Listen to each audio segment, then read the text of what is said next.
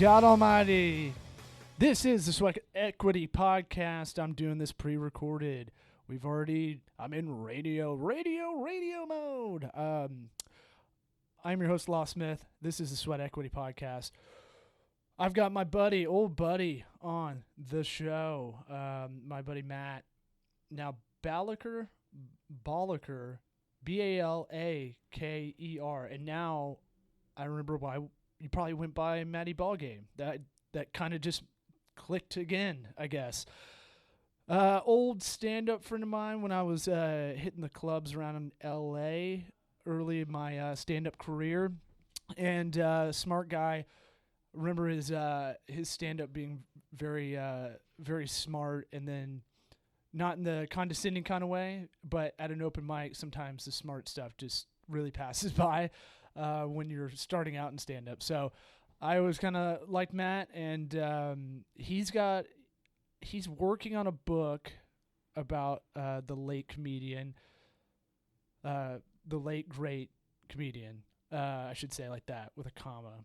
Greg Giraldo, one of my favorites as well, and we kind of talk about where he's at with the book, and kind of if you're interested in kind of publishing something, we may be doing it over here. I feel like every business plan I'm writing, I'm like, I should just make this into a book. What am I doing? Passive income, bruh. So, as always, if you're listening to this, you're either doing it on iTunes or Laughable. We prefer Laughable, but we give them a shout out. Laughable's a great app. Download it. You can tag your favorite comedians on there. I'm on there. I'm going to start doing more podcasts as a guest. When I do that, you can see me. You can see me populate up there. Yeah, you might want to see me in other formats. It's more fun to be a guest than host because you got to do like 5 things at once. The other part of it on iTunes, subscribe, review, and then write something in that review, and then share it with a buddy.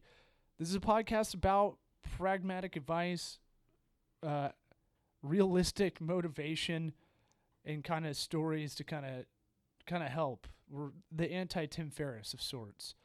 We're gonna get into more video, so that's gonna be interesting when we really start breaking down some of this nerd shit we're talking about. And I'm already in the process of redoing the studio, so it doesn't look like shit. Or if you watch this episode on Google Hangout, or I should say YouTube.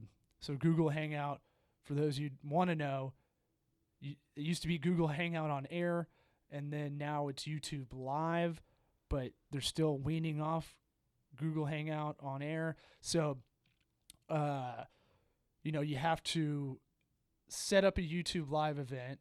I downloaded that video. I extracted the audio you're about to hear, and then I also downloaded it so I can put it on Facebook.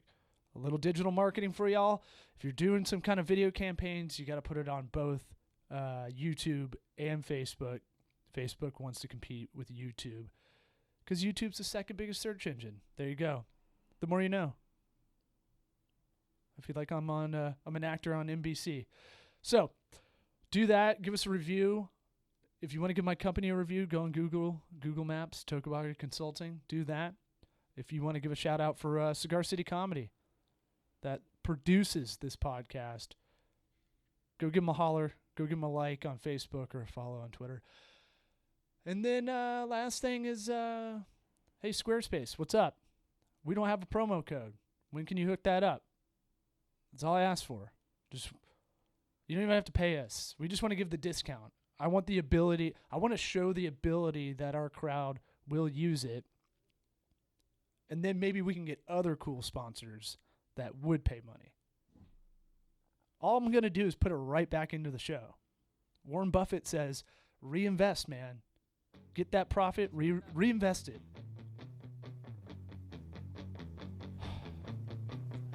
All right, I got to get in a good mood now. Let's go talk to my old buddy, Matty Ballgame.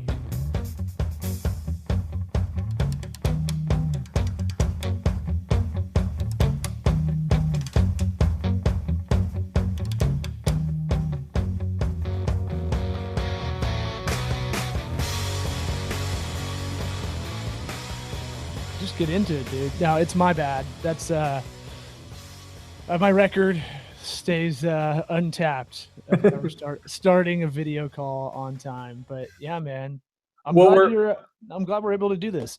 me too, and we're like 15 minutes before our scheduled time, so you are Are early. we? Yeah.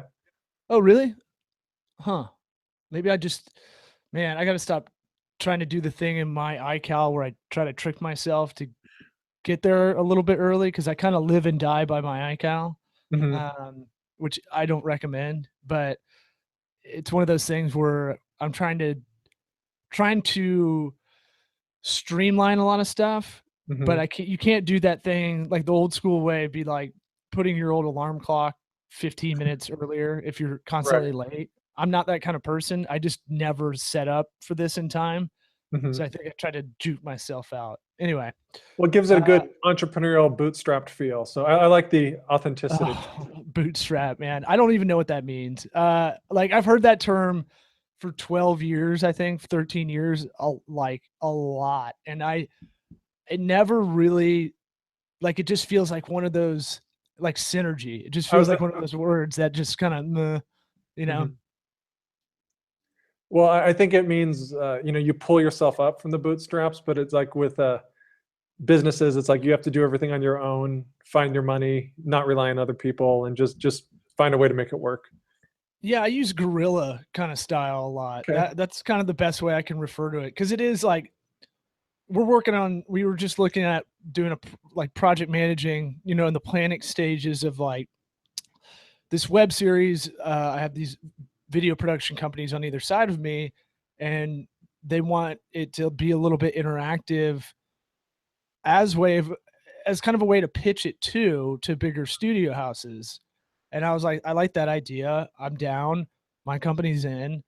And so we are going about it, and I was like, yeah, but we got to sell this in a way that we're figuring out a model of how to shoot guerrilla style Hmm. because that's they'll see the long hopefully a bigger production house would see the long-term benefits like Netflix does with I think a lot of production companies. If you can make good movies, B minus movies pretty Right. cheap. I think that's the Mark Duplass kind of method that you always have kind of suitors out Mhm. there. So I was like, we got to kind of use that as a sales pitch. It worked for Other South Park. Like their first episode was like cardboard cutouts, and then when they went to CG, they had to make it look like cardboard cutouts or construction paper, I guess. I didn't know that. Yeah, I mean that's kind of how I apply every like kind of new idea. It's like, can we do this? How can we make this as inexpensive as possible while Mhm. keeping the creative good, which should always be there, like kind of innately, but it never is. I'm very interested to hear how you went about doing the book. Sure. So what's it called, by the way? Well, we're working right now. We're just calling it the Greg Giraldo book.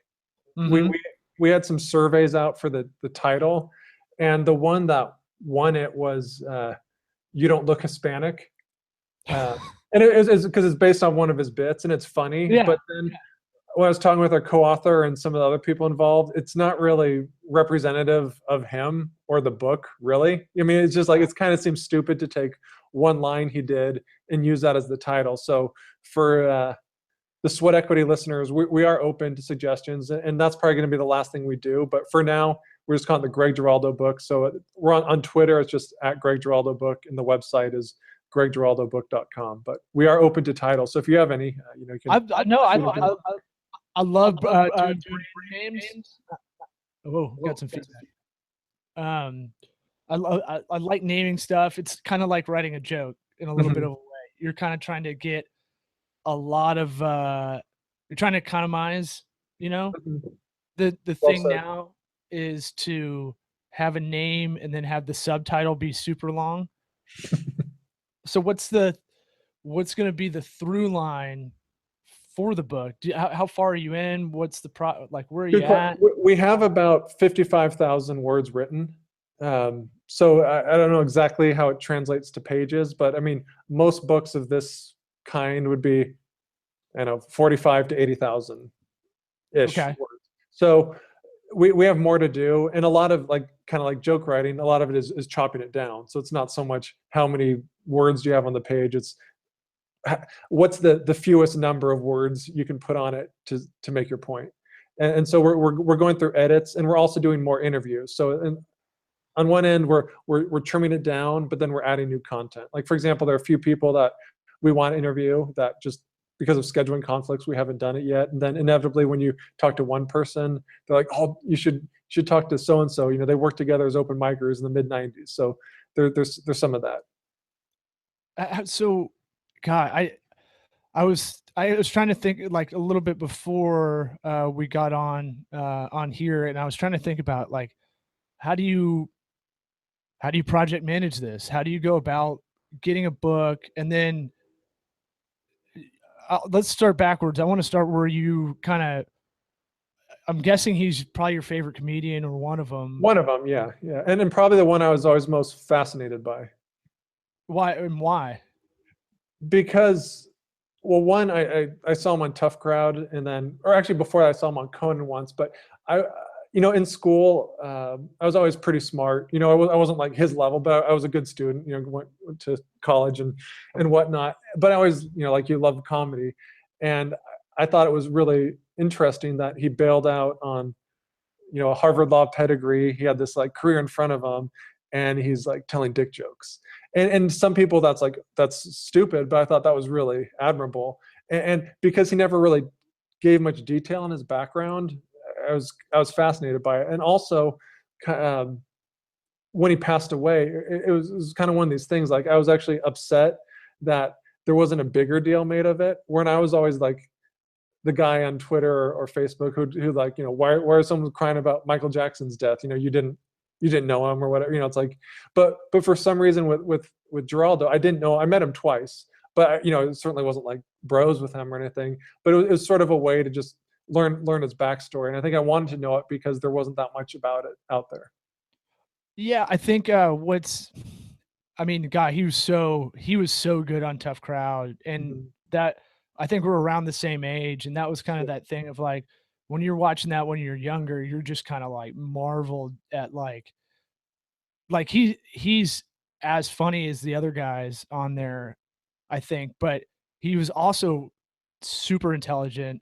Right. And I before you even knew he went to Harvard or was a lawyer or any of that, you're like, wow, this guy is kind of an amazing, like, just I don't want to say raconteur, but like just very eloquent. When he's hating on everybody else's dicks. Right, you know, right. But he could make fun of like Patrice's shirt. You know, he wasn't one of these guys who was like working to be smart. I mean, that's so annoying. It was just kind of effortless. And I liked how he wouldn't, you've probably met a lot of people from the Ivy Leagues, and within like 14 seconds they'll be like, I went to Princeton or I went to Harvard. You know, that's like their whole identity is tied up into that. And for someone to be on the opposite end of the extreme and be really successful, I think is pretty cool. Yeah, for some reason, as you were talking about him, like I think we're enamored by genius people that just go do their own thing. Like I was thinking of Howard Hughes for some reason, even though that's like a kind of a way different example, but he at least just did what he wanted to do, and he was a really smart guy, but he was manic and you know all that stuff. But I think what we like about him was that like he was like, I'm going to build this huge plane and I'm going to figure it out. The golden goose. But yeah, I mean, or the spruce moose. What was it? The spruce goose. See, I heard the Simpsons joke first, so it's always messed me up. And then I didn't get it until my roommate in Auburn was like, oh, remember from The Aviator? Now that's that Simpsons joke. I was like, oh yeah. I have no education except for The Simpsons. That's a good if you start somewhere. That's a good. But like, so you've been at it for a while. You know, I think we kind of mutually kind of, you know, are friendly with each other from afar. I've seen like you posting about it. I think your brother was on Carollo's podcast, or he was promoting a movie directed Can We Take a Joke, a documentary about comedy and free speech. He was talking about it though, right? I didn't make that up. You didn't make it up.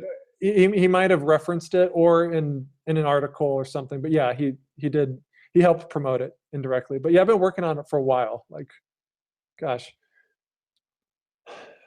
I got the idea a couple years ago, and then just in my spare time, like because I did a Kickstarter campaign, but that was probably 6 months after I began doing interviews and research because I wanted to make sure the project had legs. I didn't want to like go out there publicly and say we're going to do this if I wasn't sure it would Yeah. get done. Well, are you worried? Are you also worried another like a publisher could come in, a bigger guy, and kind of do the same thing That that as the timing goes down? right. I mean, that was definitely a concern at the beginning because I was trying, it's kind of like first to market. But when I talked to some of the bigger publishing houses initially, they're, you're probably a big Geraldo head. I am. To the big like population at large, it's very nichey. And so Yeah. if it was Robin Williams, they'd be on it in a second. But because he didn't have that big crossover success, there's a little more hesitation. But I still thought, once people get wind I'm doing it, maybe one of his friends will do it or some, something like that. So it did motivate me to at least get the Kickstarter out there because at least that showed I had first claim. But then also before I did the Kickstarter, I talked to his former wife, his ex-manager, Jesse Joyce, a lot of the people who were like very close to him. So I knew they hadn't talked to anyone else about a book. And actually afterwards, Jesse Joyce emailed me that some guy, I think from USC, some college student was working on a book about Geraldo after this, but I think he saw I had all this work out there and was like, all right, well, I'm going to stop because nothing's came of it. So I'm just kind of head down and working to finish it. So how do you go about this whole process? So from the start, you had the idea. You're like, hey, this guy has a story that should be told. Because I think when you started, how long from his death had it been? About 7 years, I want to say. 6. Actually, about 5. Kind of about 5 years. Okay. And it started because I was working like a regular job again and still doing stand up, but I had a second kid on the way, and I was on Amazon and I just searched Greg Giraldo, because I thought there might have been a book about him and I just wanted to read it, and there wasn't. So that's really what it started. I was like, no one's done this, and I was really curious about his life, and it was a little sad that nothing had been done. Like once I saw that, it was almost like, what if Frank Sinatra died and no one wrote a book about it? I mean, that might be an extreme example, but it's like in the world of stand-up comedy, I think most aficionados would say he is, if not the best, in the top 10 of the last 30, 40 years, maybe post Carlin type, and to have nothing really documented beyond videos, it seemed wrong. So that's how it started. I'm not a like author by trade. It's just I want to read a book about him. No one's done it, and I kind of got one of these light bulbs. Like, all right, maybe I'm the guy to do it. So yeah, man, it's tough to do. When you got a lot of stuff going on. Mm-hmm. For people listening, how do you go about? I guess because a lot of this podcast is supposed to be about like trying to do what you want to do while you're doing the thing you probably hate. Or the thing that pays the bills, or Exactly. whatever, like, or working on a passion project like this, and maybe you find out, hey, I think I could do this again, but maybe not with a comedian, with someone else.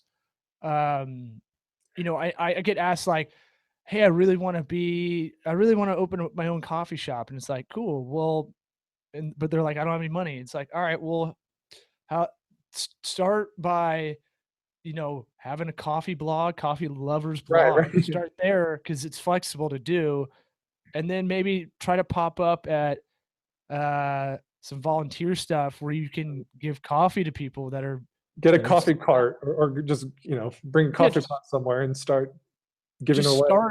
I was telling someone the other day, I was like, just look, you don't know if this is good, like the best thing to do for. I forget. God, I got to think of the example of what they asked me, but I was like, just start doing stuff in the direction of what you want to do, even though it might not be the exact same thing. Like, Right. Just start doing that in that area. So like when I was doing stand up, when we were sharing the stages in LA, You know, like I did improv classes and Mhm. I didn't want to, but I knew like LeBron every year kind of started trying to work on his game, like add a new element. I was like, I'm not very good off the cuff. I need to work on this. I need to work on characters. I need to Mhm. work on assigning personalities to audience members when I'm talking to them. I need to learn to listen on Mhm. stage, which is really tough. And so, especially when you're talking Mhm. 99% of the time. And you're But amplified and they're not. yeah, and so like I I I was just like, I know taking groundlings classes sucked. It was 3 hours after a 10-hour day in Santa Monica. I'd have to fucking book it to West Hollywood, which took an hour and a half to go 9 miles, uh, and then take 3 hours of a class with a bunch of fucking weirdo, delusional people. And how much, Uh, I mean, I did that too for like 3 years. And how much money was each class? I mean, it was really expensive. at the time, I'm 24, it was a lot. You know, Mhm. it's like Yeah, it was a few 800 hundred bucks. bucks or yeah. Yeah, I mean, I was a grunt at a mutual fund company, so it was like I didn't make much there, and I had long hours because their pitch is a career path as a CFP. Yeah. My you know, like, my thing was Exciting. like, I'm gonna leave this job in the recession to go do dick jokes full time. So but I'm saying, like, I knew that was, like, in the right area, and if someone, like, wanted me to help them with a sketch, I'd try to sit down for let's go have coffee and, like, try to run out the beats. Because Mhm. yeah, I'm not getting paid for it, but I'm like, you know, I do wanna maybe I do wanna do sketch comedy, like, film it one day and kinda so let's get some reps in that area. And now I'm finding all that stuff I've done that, you know, people are like, "What the fuck? That's a waste of Yeah. time." I'm using all those things now. It all kind of is an amalgam when I'm getting people that need digital commercials and I'm telling them, "Look, if we make them funny, if they're funny campaigns, you'll have to spend less because 'cause they'll get shared more." So Right. if we take time in the head of this and really think of I'm trying to work out a campaign for a moving company here, and it's around the country called College Hunks, and I'm trying to get one called the Brofessional, and it's just bros that get it done. And Uh-huh. look, it's not a 10 on the funny scale, but I've got about 30 seconds, and it's corporate, so Right. I got I got to put a governor on it, but I learned I have the business side and the comedy side that helps all of that. So when I'm and I know you are kind of the same personality, Mhm. um, and it's really hard to come by in the stand-up world to find someone that, like, during the day has just a real job, not like Mhm. a job that's like, yeah, I just fucking take tickets at, Right. you know, at Disneyland or something like that. Like, I always thought, like, try to do both at the same time, and it actually helps you figure out shit on both sides. It's a great, like, I mean, you're an example of this. It's a great lesson in time management. Like when you're at the mutual fund company, you're probably tired, you want to go home, drink, whatever, watch Sports Center and crash. You don't necessarily want to haul 90 minutes to Melrose to go to your grounding class. But when after you do it, you realize, oh, I've been doing this for 6 months and I'm still alive, I'm still kicking.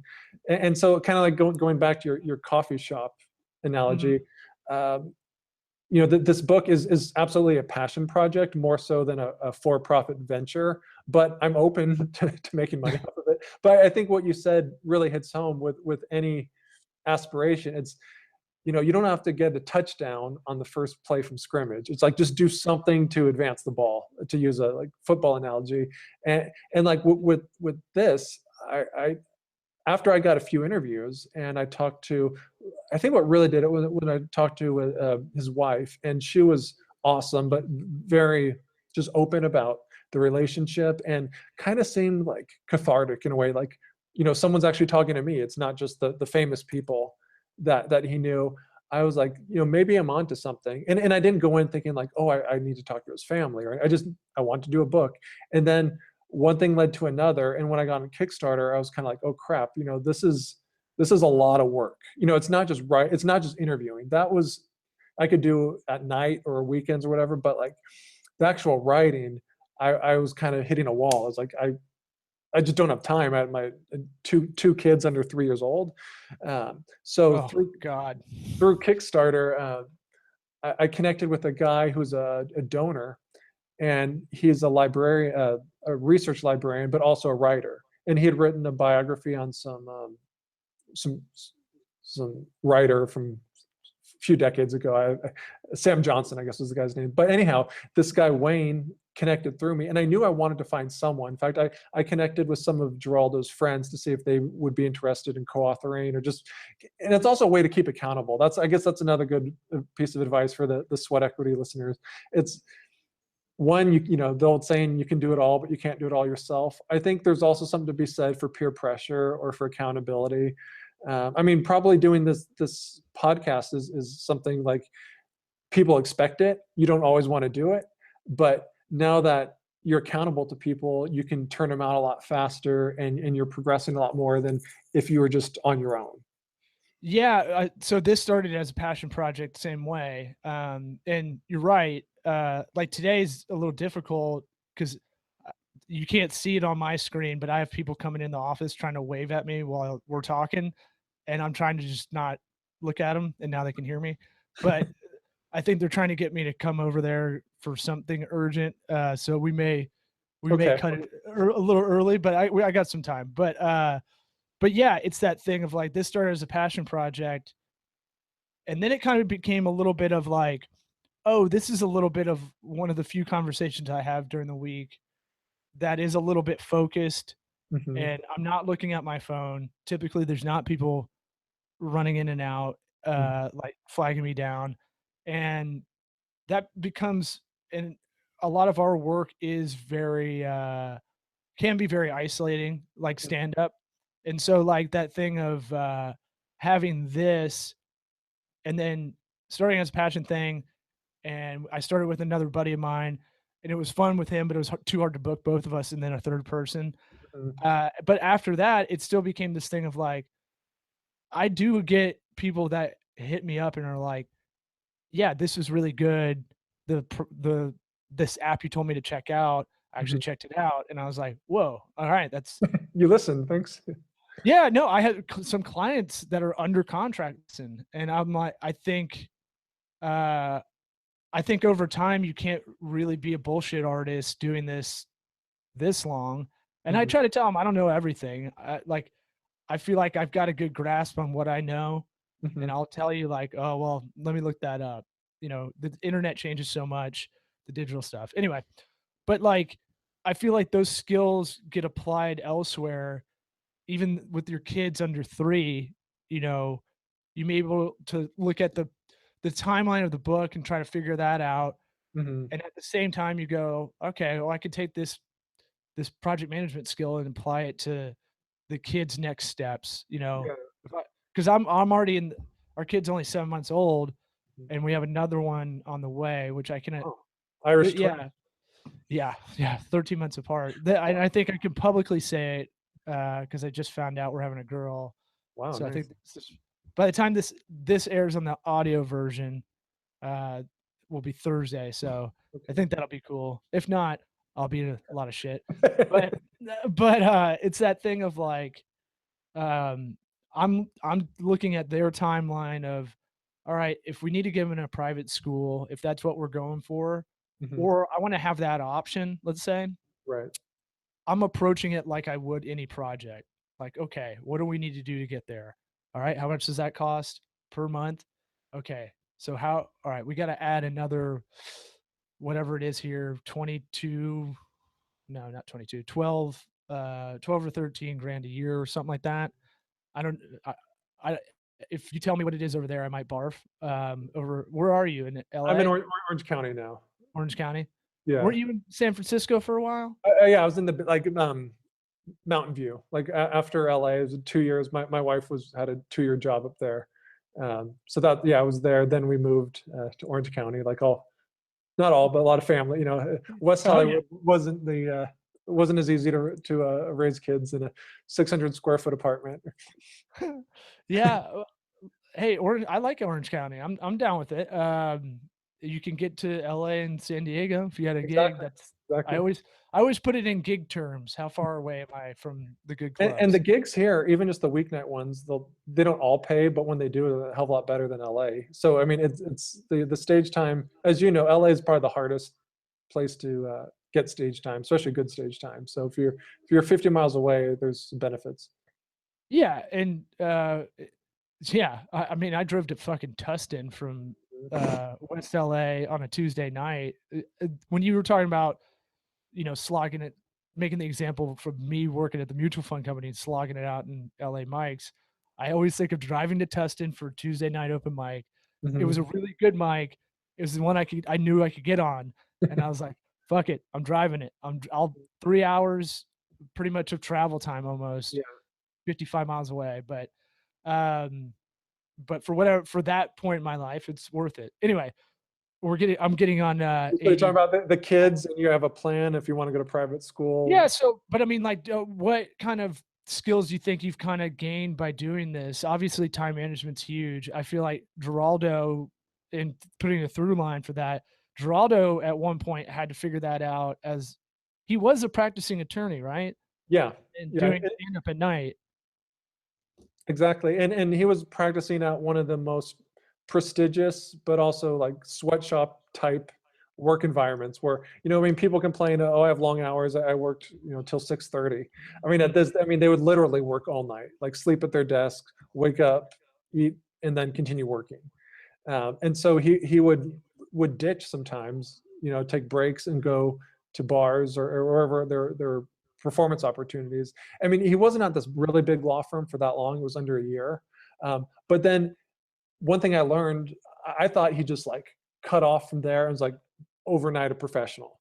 But that seemed unrealistic because I'd kind of been in the trenches. You don't go from open mics to headlining in 6 months, no matter how good you are.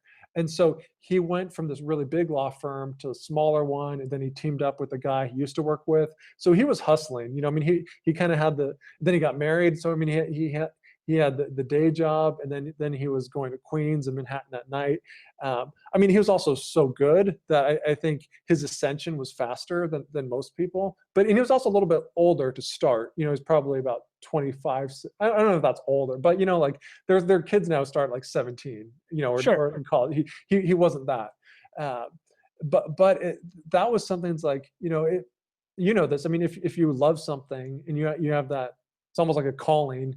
Uh, you kind of make time for it, and everything else falls by the wayside. So it's a matter of prioritizing. And then also, I mean, to bring it back to the book project, it's just understanding like it's not going to be done tomorrow. And sometimes I get a little overwhelmed, like, oh shit, like it's too wordy, or I need more input from this, or I don't have enough background on that, or I'm imagining like criticism you'd get from the editor. It's just like all this silly stuff that these blocks we put on ourselves, when it's just like, do something. It's Mhm. like when you're going to Tustin, you're thinking like, oh well, am I going to get a 2-show deal out of this, or am I getting my own sitcom? Probably not, but you might work out a bit that'll help Yeah. the next stage, which will get you your HBO deal in 10 years.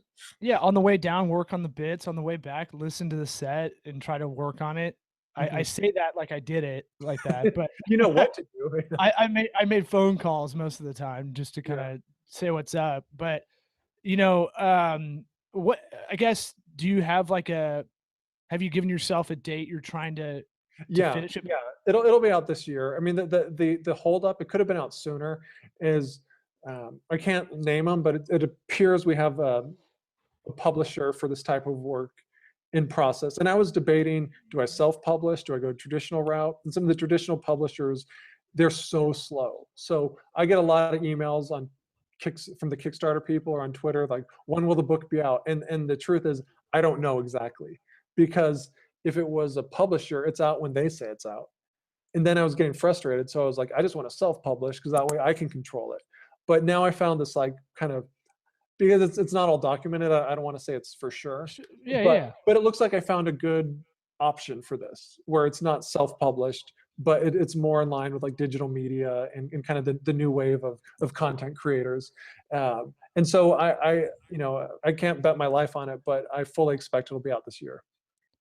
Yeah, just like I call it like a college football commitment. You got the solid verbal, Yeah. and, pretty sure, but something could fall through, so you don't wanna. Well, and nowadays, I mean, I can put it out myself. It's just what I've learned is there's so much more than just writing it. there's the publicity angle, there's the legal angle, there's all the just ticking and tying of getting the rights for stuff if you're not sure if all that kind of back end boring stuff that takes time and delays things. Yeah, and I think I had a few, and I was messaging you, but I'm fully happy to help you with any of the online aspects to kind of getting it out there when you do, using my company to help you with that. But it's Thank that you. thing. Yeah, I mean, you'll have the publisher probably handle some of that, but you're still gonna have to do a lot of, you know, Absolutely. the PR That stuff. You gotta have someone that's good, a good publicist that can get you on everything.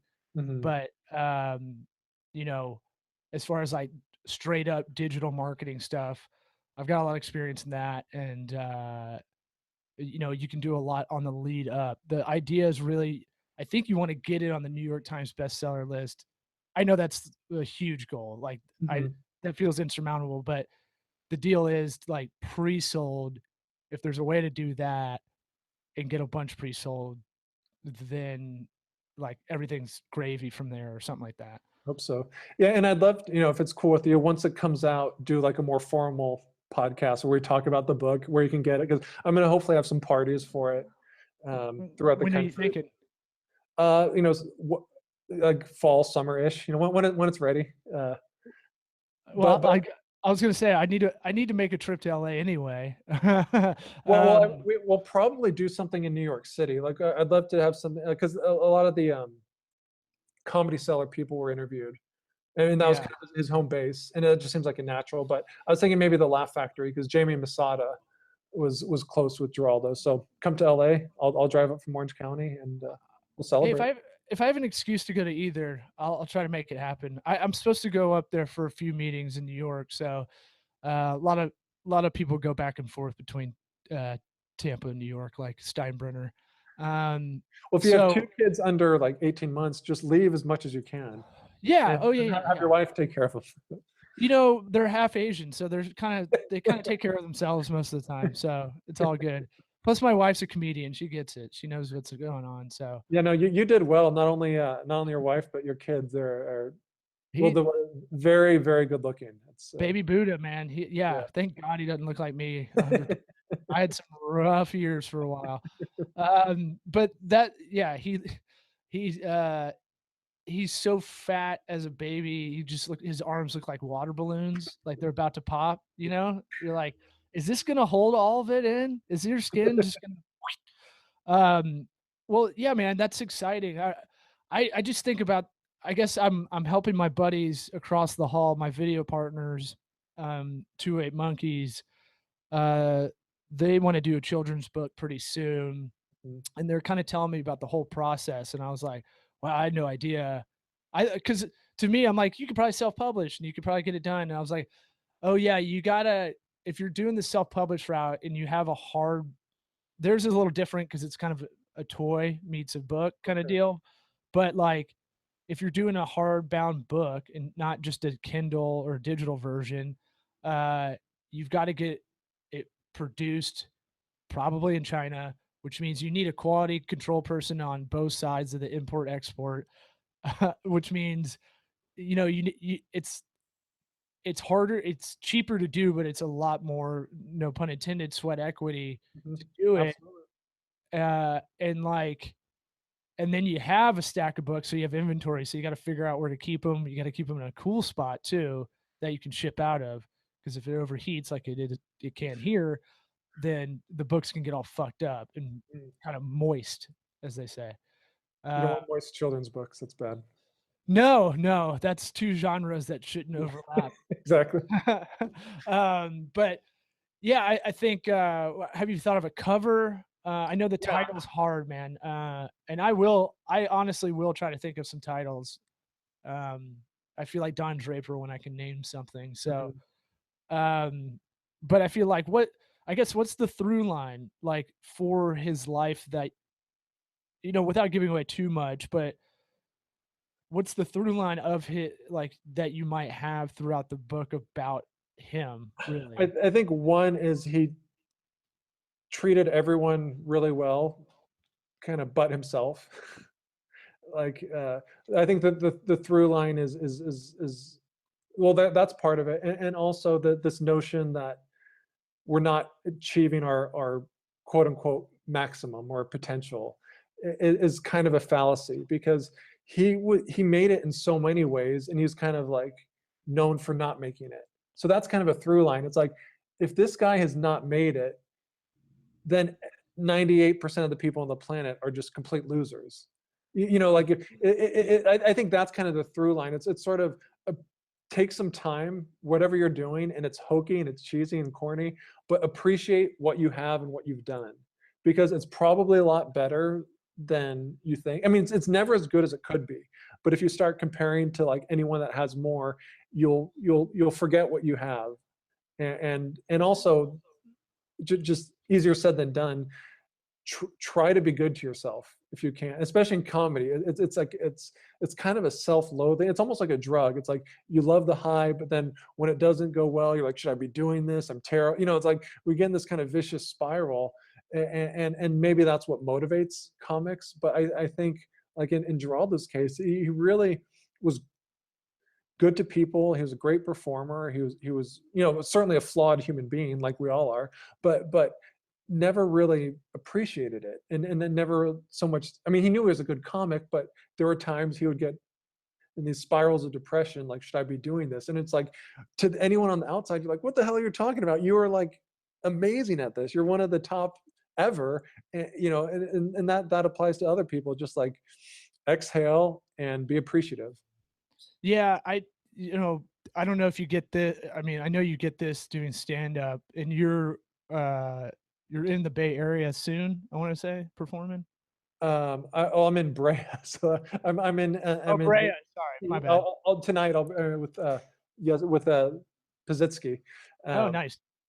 but I'll probably be in the Bay Area eventually. But I'm so I probably my brain kinda probably autocorrected, but I do think, you get this in stand-up a lot, and I compare stand-up and entrepreneurship they're really close.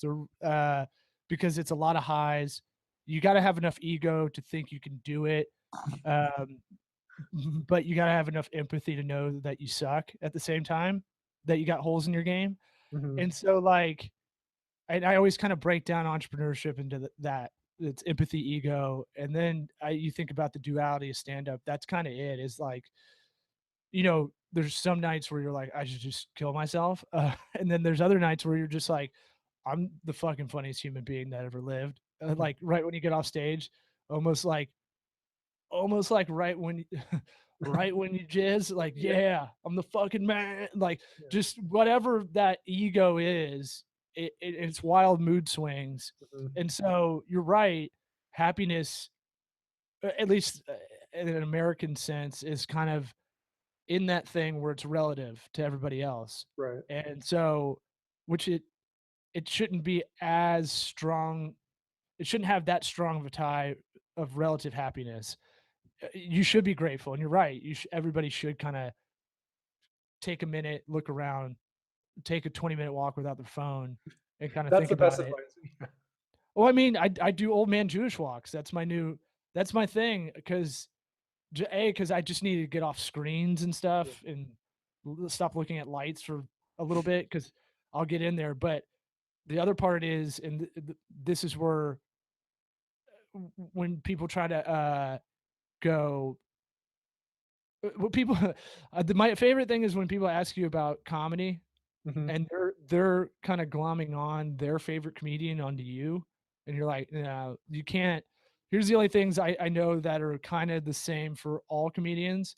I'm like, there's a lot of different kinds of comedians, so whoever your favorite is, if, like, your favorite's, like, Mike Epps, and then you see me, you're gonna be like, You're fucking horrible." Like, Yeah. it's not, maybe it's not your cup of tea, like. It's very subjective. Right, and so, I was like, the only kinda 2 things I see personality-wise all comics kinda have that are really doing it is there's some kinda self-destructive something in Mhm. their personality, and then the other part is, um, not OCD, but obsessive nerding out on something. Like if I'm into this, I'm into this a Right. lot, and I'm Full curious bore. almost to a fetish kind of Mhm. point. So so that's the only two. I'm like you can't all comedians. It's like saying all people are the same when you're like all comedians do the same shit. Mhm. I thought Geraldo was such a there's not a lot of guys that can split those hairs, I think, by being smart and being wildly funny. Like his half hour special, I think, was one of my favorites. But I don't know. I got to wrap up in a couple minutes. Anything you got? How do people watch the progress of all this or hear Yeah, about yeah. it? Follow us on Twitter. The handle is at Greg Giraldo Book. And then our website, we have links to we'll have a link to this podcast, but also updates on the book. And we have some excerpts from it. And that's greggiraldobook.com. And if anyone has a story, preferably one of how we impacted your life positively, let us know. We can put it on the website if you're interested, or maybe use it in the book. Any comedians we should publicly shout out to see if we can get an interview with them for the book Uh, for you? we've had a lot of one who said he will interview, and I talked to him, but we haven't interviewed yet. Is Jeff Ross. But then the other, and this might be a big help, is Vinny Mead from the Stress Factory. He's like the owner. He's also a comic. I don't know him, but Geraldo's last show was there, and we interviewed some people who went to it, but we haven't interviewed him. Okay. I've tried. Um, so if anyone out there knows him, or if you're listening, Vinny, we'd love to talk. We can try to put it out there. That's kind of the fun of some of this digital stuff is like we'll see if we can get it out, and maybe by way of this you'll be able to kind of get that going, and That'd be cool. they'll be able to listen, know that you're coming from a genuine fan perspective first. Right. Yeah, I'm not Kitty Kelly. This isn't a sleaze. Well, thanks for doing this, man, and we'll definitely if not in person, we'll definitely do this again when the book comes out, and then well before, when you find out a date when you're about 90 days out, give me Okay. a call and I'll go over some nerd marketing stuff. I appreciate it. Yeah. All right, Cool. man. Thank you. Congratulations. Take care. See you, buddy.